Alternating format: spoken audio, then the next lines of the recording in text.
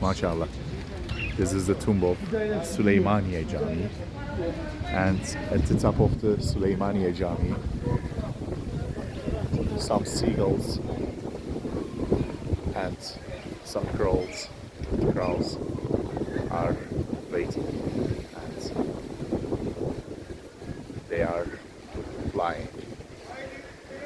This is the amazing mosque of Ottoman Empire, built as the largest one, and with a spiritual sign of Holy Prophet Muhammad alayhi salatu wasalam it was built. Look at the seagull at the top of the dome, mashallah, in the Suleymaniye Mosque dome with the crescent moon. Hilal. Hi, mashallah. May Allah bring back the Ottomans again. Subhanallah. You see the seagull?